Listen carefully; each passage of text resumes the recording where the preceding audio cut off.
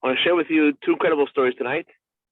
The first story is with Rabbi Baumgarten. I know I said I was going to continue last week the story of Rebbetzin. It's a longer story, and Mr. Shem will say this, God willing, for next week. Tonight I want to share with you two other stories about two shluchim in Argentina.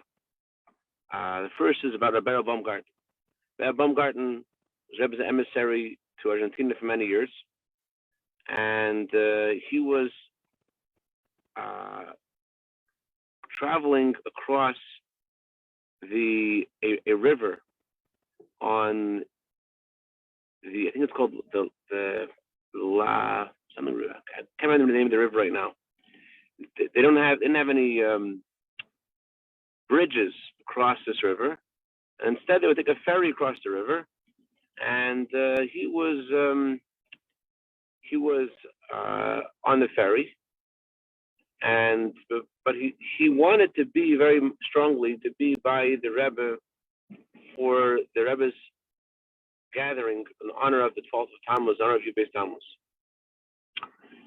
and but he couldn't be there, and so he sent a telegram to the Rebbe, asking the Rebbe to at least have him in mind to think about it.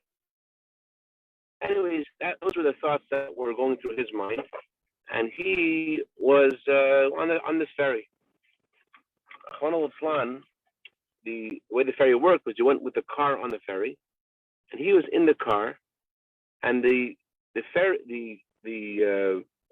boat that his car was on capsized, and with him inside the car became very quickly full of water, and Berel started to drown. But he was miraculously able to open the car door.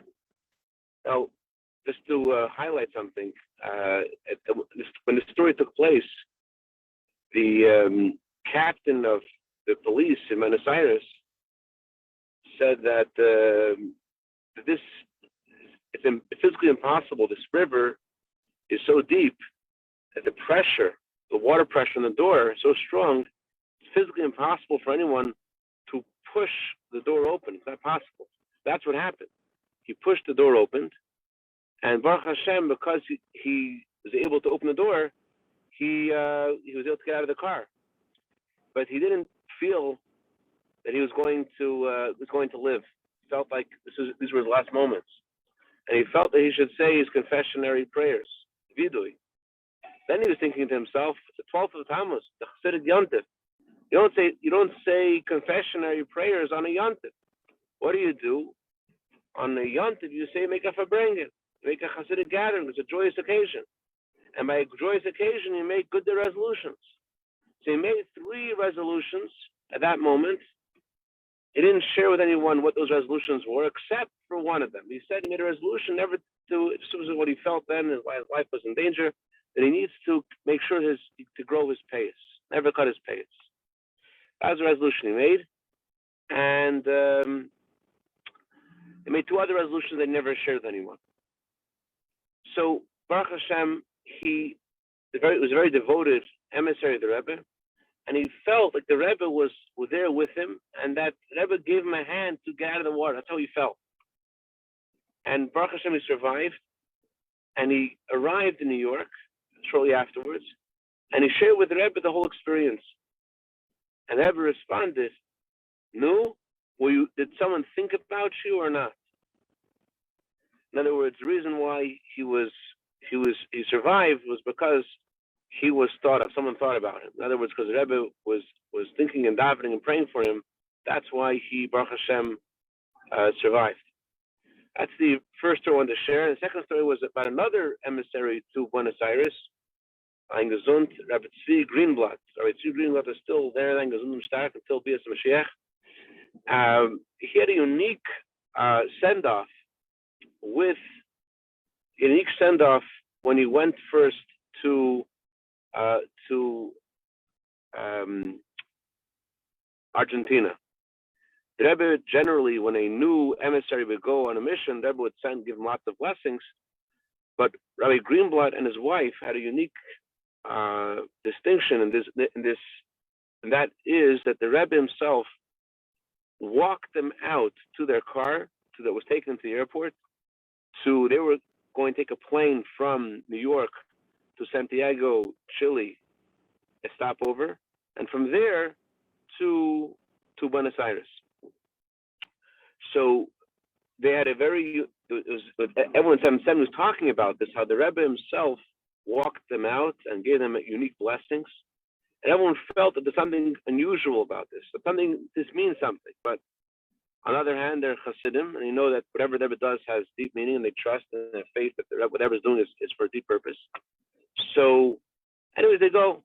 Now, in those days, when they first set out on their mission to Buenos Aires, the airplanes weren't functioning the same way that they are today, and they had the following sort of unofficial rule, which was, if you were on a plane and there wasn't enough room for you wanted to get on a plane, there wasn't enough room, very simple thing to do. What do? You pay the manager of the airline, pay him some money, and he will not eject literally, he will take people off the plane to allow you to sit down. You pay him some money, you bribe him, and he will take off the plane anyone so that he could get the money and put someone else there in that seat, and he sends you on the next plane. This was commonplace, and that's what happened when they arrived in Santiago in Chile. That's what happened to Rabbi and Mrs. Tzvi Grunblatt. Someone paid some money, and they ejected them. They told me you have to leave the plane, and they were very scared. What do you mean we have to leave the plane? We have to go on this. What about our suitcases? The more you get your suitcases, you have to leave the plane. That's what happened. They took them off the plane. Rabbi Grunblatt and his wife were both taken off the plane, and they were stuck.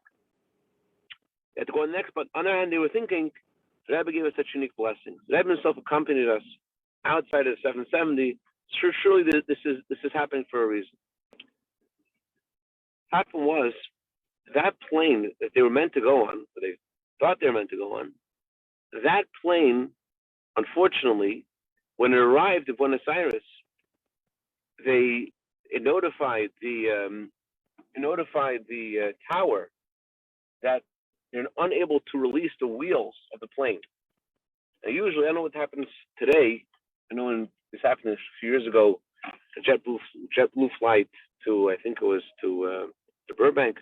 Either way, in those days, what they did was they would put out, when the airplane was unable to release the wheels, they would put out balloons on the tarmac to soften the airplane's landing.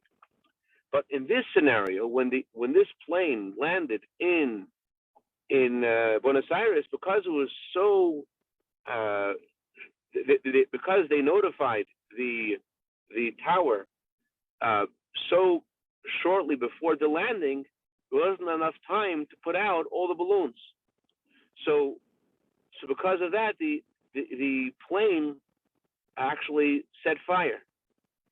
And not only did the plane set fire, but there was also the gasoline in the plane itself. So unfortunately, many people in that plane were killed and were wounded because the plane didn't put out the wheels, and the balloons weren't out there. There's nothing to soften the landing.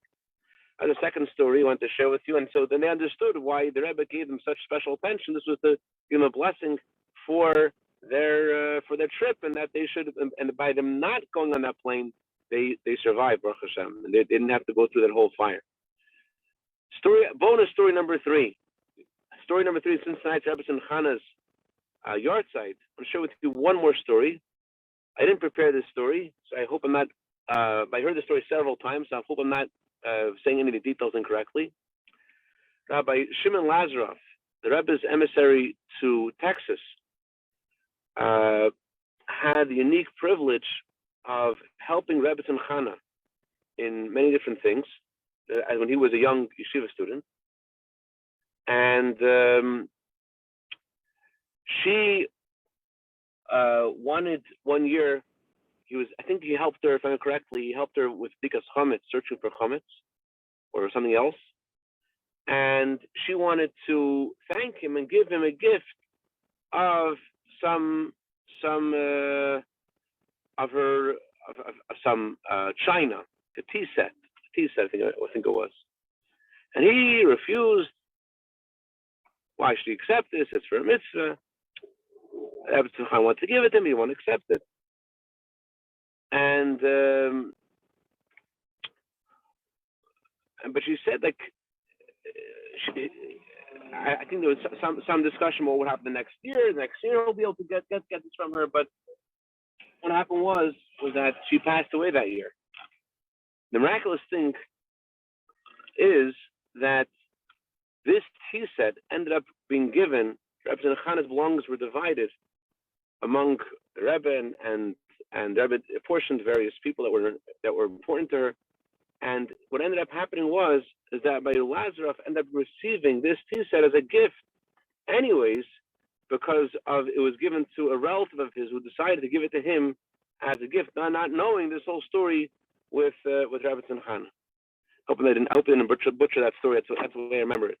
Anyways, it's a day of a tzaddikus' passing, and the Hashem goes to a higher place and causes salvation to come to the world, the Gashmus of Ruchnius.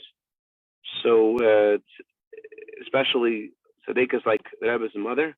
So it's certainly a day of bracha and salvation for all of Yisrael. So Hashem should help that we should see B'kar of Mamish, the real Yeshua of the coming Mashiach to came the B'kar of Mamish.